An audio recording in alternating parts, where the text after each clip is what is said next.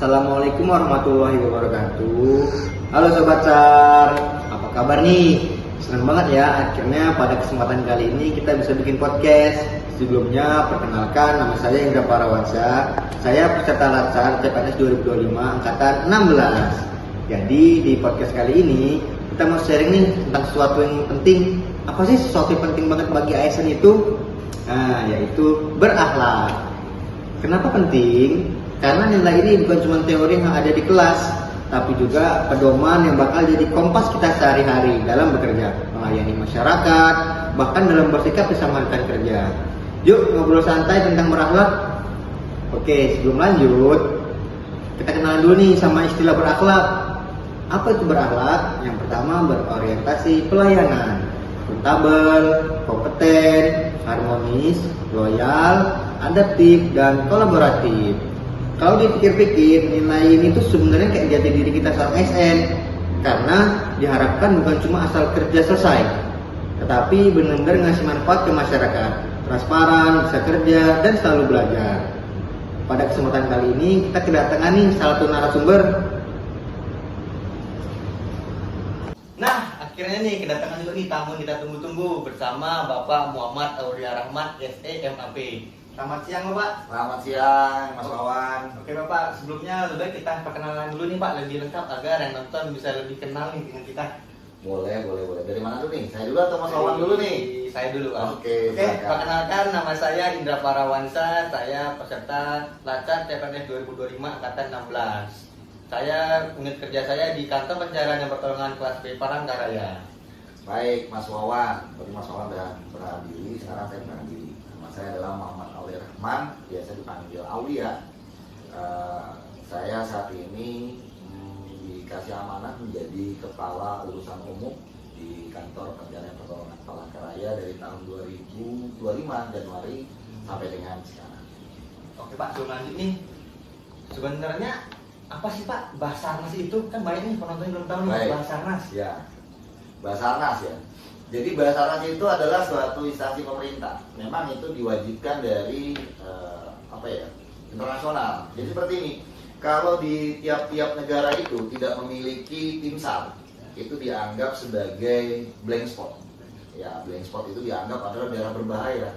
Baik itu dari kapal niaga ataupun dari kalau kapal atau pelayaran kan dari IMO dia, atau juga dari pesawat sipil. Ya kan, pesawat sipil itu dia masih menggunakan ICAO.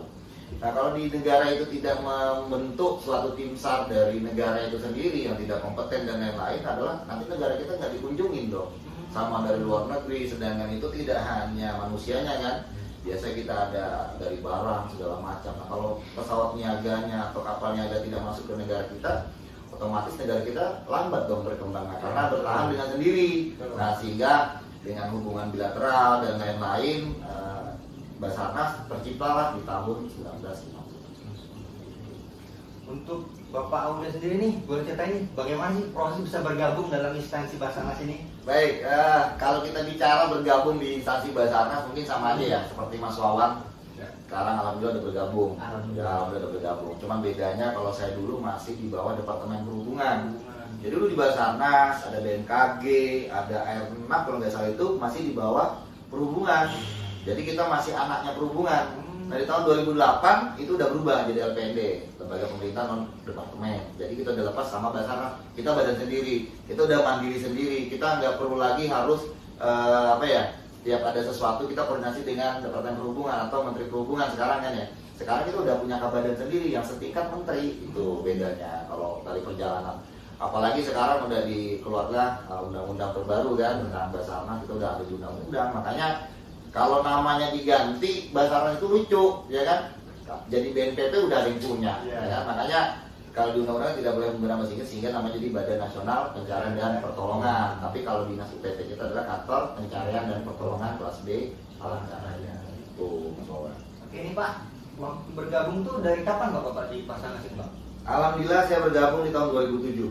2007. Udah lama Pak ya? Udah lama ya. Kalau orang bawa kenal udah lama. Kalau saya jalanin baru-baru aja perasaan. Jadi 2007 udah 18 tahun. Saya di Basar 18 tahun, hampir 18 tahun. Desember ini saya udah 18 tahun di Basar. Oke, sebenarnya cukup jelas ya pengalaman dan rekam jejak Bapak Aulia. Saatnya kita masuk ke topik utama kita, yaitu tentang nilai-nilai berakhlak. Nilai berakhlak ini yang pertama adalah berorientasi pelayanan. Untuk Bapak Aulia sendiri ada nggak Pak pengalaman berorientasi pelayanan Bapak saat ada operasi di luar itu Pak? Baik, berorientasi pada pelayanan. Saya dulu pernah pada saat selesai kegiatan, sebelum ada operasi SAR itu saya posisi cuti. Ya, cuti kan ada urusan keluarga, saya cuti. Ternyata diperintahkan untuk mengikuti kegiatan Jambore Nasional. Jambore Nasional itu tentang potensi SAR.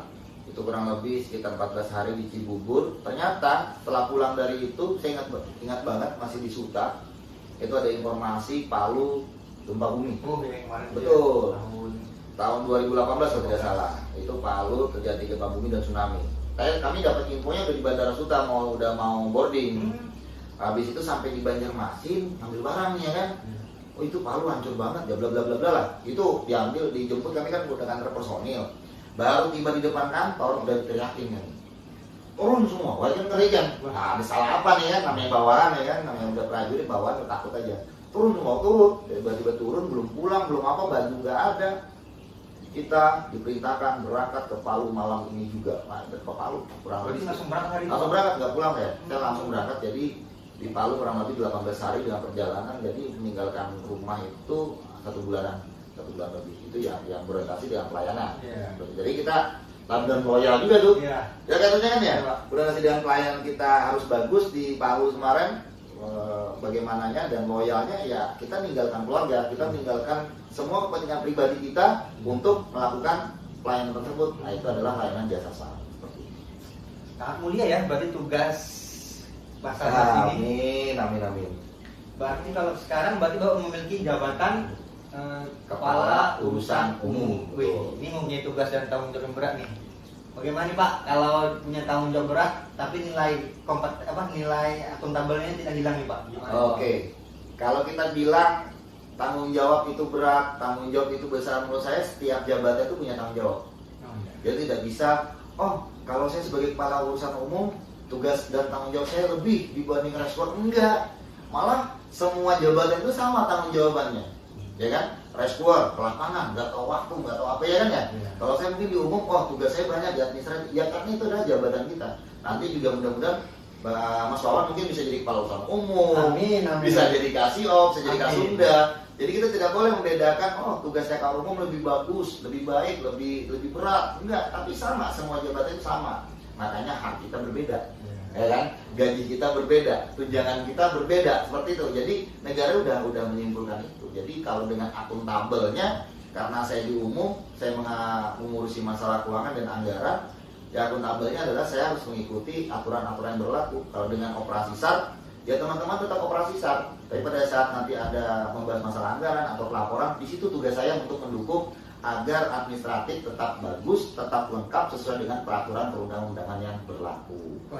Ya kan, jangan sampai dong operasi SAR-nya berhasil, tapi pas itu diperiksa kita ada masalah kan bahaya, ya kan? Itu, jadi seperti itu proses itu berat sih Pak. Ya. Oke, kita beralih ke kompeten nih Pak. Kompeten ini kalau kita bahas kompeten agak ini Pak ya, soalnya dia ini harus terus berkembang walaupun agar tidak ketinggalan zaman. Betul. Gimana Pak kalau di Basarnas Pak dalam hal kompeten? Kalau kompeten di Basarnas, gini aja deh, jabatannya Mas Wawan kan rescuer ya, dulu kan bahasanya rescuer, kalau sekarang kan Pranata, Pencarian dan Pertolongan. Kalau di Pranata, Pencarian, Pertolongan cuma ada tiga tugasnya ya, cuma ada 3 tugasnya tuh, kesiapsiagaan, latihan, dan operasi SAR. Udah, kuatin aja kompeten itu dulu sebentar. Walaupun nanti tetap kita harus belajar tentang akademis. Nanti kan Mas Wawan bisa kuliah, S1, S2, bahkan sampai S3 gak ada masalah. Ya itu kan sekalian juga kita belajar juga bisa menuntut untuk pola karir kita. Jadi kalau dengan bicara kompeten itu wajib teknisnya. Makanya di Basarnas ada latihan itu beda yang lain. Ya kan beda yang lainnya. Kita mainnya di tower, nanti main di gunung, tiba-tiba main di air, tiba-tiba naik heli, kan gitu. Kan beda. Kalau yang lain kan jelas, kalau latihan di udara dia. Di darat, di laut. Nah kita beda. Nanti tiba-tiba di gunung, tiba-tiba di tower, ya kan tiba-tiba di hutan, ya kan apalagi tiba-tiba di laut, tiba-tiba naik heli, ya kan? Nah makanya kalau kita nggak belajar tentang kompetensi itu, nanti kita nggak tertinggal. Sedangkan kita kembali lagi nih ke yang berorientasi pelayanan. Kalau kita tidak kompeten, apakah pelayanan kita bagus? Tidak akan bagus. Ya betul ya. Jadi kompeten itu wajib, akademisi juga wajib. Tapi jangan sampai menuntut seperti ini. Oh saya nggak mau, saya mau belajarnya di sini aja. Enggak. Tapi ilmu itu kan luas. Ilmu itu kan banyak ya. Jadi kita harus belajar juga, walaupun dari internal juga belajar dari eksternal. Kita tidak menutup diri. Itu kompeten menurut saya seperti itu. Jadi kompeten ini sangat wajib sih bilangnya. Wajib sekali kalau kompeten. Kita beralih ke nilai harmonis.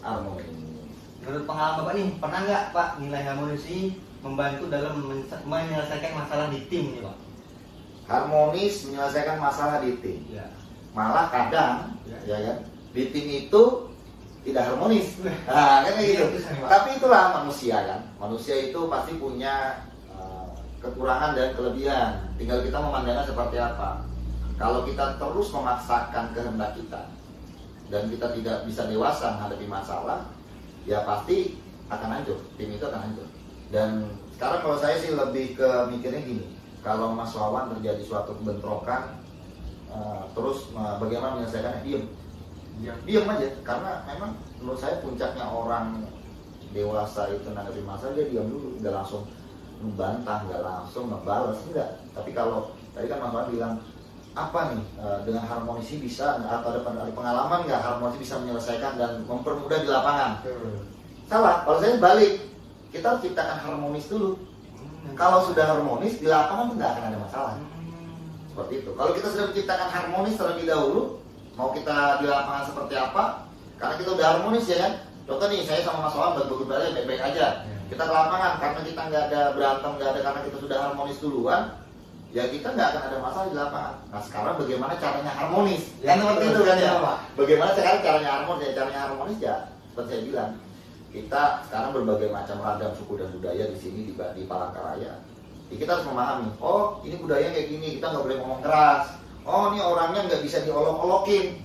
Ya kan bisa kayak gitu, ini orangnya nggak bisa diolok-olokin. Kalau diolok-olokin nanti dia marah. Jadi kita nggak boleh, kita samaan. Contoh kita sering olok-olokan, mungkin ada teman kita yang lain tuh nggak bisa diolok-olokin. Ya betul. Jadi nggak usah kita olok-olokin dia, nggak usah kita masukkan ke di lingkungan kita, tapi kita saling menghargai saja. Ya kalau dari piket, nah kan Mas Wawan udah piket ya, udah ada kesiapsiagaan. Kalau dari piket, ini habis makan malah ditaruh di meja berantakan ya kan, semut datang, bau ruangan nggak bener. Nah itu kan juga akan merusak harmonis. Nah dari hal-hal kecil di situlah kita menciptakan keharmonisan. Kalau itu sudah harmonis, ya sudah bagus, percaya sama saya, pada saat terjadi operasi SAR, tim itu berangkat, itu tidak akan terjadi masalah. Nah sekarang kendalanya adalah nanti eksternal, ya kan? Nah itu, tapi kalau kita aja teman-teman harmonis sama orang lain bagus kok. Itu aja sih menurut saya. Berarti harmonis dulu berarti Pak ya? Harmonis dulu, baru nggak ada masalah. Pak. Kan ada nilai nggak penting lagi nih, nilai loyal. Jadi kalau loyalitas yang sehat bagi ASN Basarnas itu seperti apa nih Pak? Loyalitas yang sehat ya. Kalau kita bicara tentang loyal atau arti definisi loyal itu kan loyal terhadap negara. Ya, kita harus membela negara. Ya, tapi kalau kita bahas itu terlalu berat. Ya kan terlalu berat. Apalagi kita apa sih? Ya kan hanya sekedar pegawai yang bekerja, belajar dengan baik. Tapi kalau kita bahas dengan loyalitas itu, kalau menurut saya hanya ada dua unsur, antara vertikal dan horizontal. Ya kan? Kalau vertikal dengan atasan, pada diri kita bawahan, loyal lah. Ya kan? Loyal itu tidak hanya mengenai kita ngasih orang makan, enggak, atau ngasih uang, enggak, tapi loyal terhadap contoh. Padahal kita lagi sibuk, pimpinan kita manggil, kita siap dengan hati yang ikhlas. Tentunya, jangan ngedumel, itu mah bukan loyal namanya, terpaksa, ya kan? Kalau dengan teman rekan kerja lagi mungkin ada kesibukan, dia di rumah bla bla bla, kita gantiin piket, kita bantuin dia, itu loyal juga maksud saya. Kalau dia lagi melaksanakan pekerjaan, kita lihat dia kayaknya, aduh capek banget nih orang, kita datangin dia, ada yang bisa bantu. Nah itu juga loyal menurut saya. Jadi nggak harus loyal itu ngasih uang, enggak, tapi kita menyumbangkan sumbangsi pikiran kita menyumbangkan waktu kita, karena waktu lebih mahal daripada uang. Ya kan? Nah loyal paling berat itu adalah waktu. Kita memberikan waktu libur kita, waktu luang kita. Karena apa? Perbedaannya gini ya. Saya pernah mengutip suatu kalimat seperti ini. Komunikasi itu terjadi bukan karena waktu yang luang, tetapi sesibuk-sibuknya kita masih bisa meluangkan waktu. Itu kalimat yang menurut saya luar biasa. Sesibuk apapun kita, tapi kita meluangkan waktu dengan orang itu artinya respect kita dengan orang itu. Tapi tidak hanya sekedar lagi apa ya, bahasa kita lagi gabut. Nah kan bahasa keren lagi gabut baru kita ngubungin dia, itu menurut saya nggak loyal, nggak respect, nggak apa sih bahasa sekarang itu, ya nggak banget lah. Tapi kalau sifatnya kita pada saat waktu kita lagi sibuk, tapi kita meluangkan waktu, itu yang luar biasa. Bukan pada saat waktu yang luang kita membantu atau menghubungin dia, enggak. Itu menurut saya nilai loyal dari situ. Oke, Pak. Kita lanjut ke nilai adaptif nih Pak. Adaptif. Kalau ada di Basarnas ini kan kerjanya 80% di lapangan nih Pak. Betul. Nah kalau di era digitalnya gimana nih Pak cara paling ampuh untuk paling relevan lah menghadapi perkembangan di era digital bagi Basarnas ini Pak? Baik, adaptif dengan literasi digital lah bahasanya. Ya. Jangan salah, peralatan kita sekarang semuanya udah up semua, tidak manual lagi. Contoh kita udah punya drone thermal. Ya kan sudah ada 3 kamera dia itu, ada kamera panas, ada kamera pancaran yang biasa sama UAV kalau nggak salah. Itu udah punya itu. Sama juga kita punya direction finder. Nah itu mencari yang sinyal distress dari sinyal 406 sampai 1 to 1.5 kalau nggak salah. Itu juga peralatan literasi digital.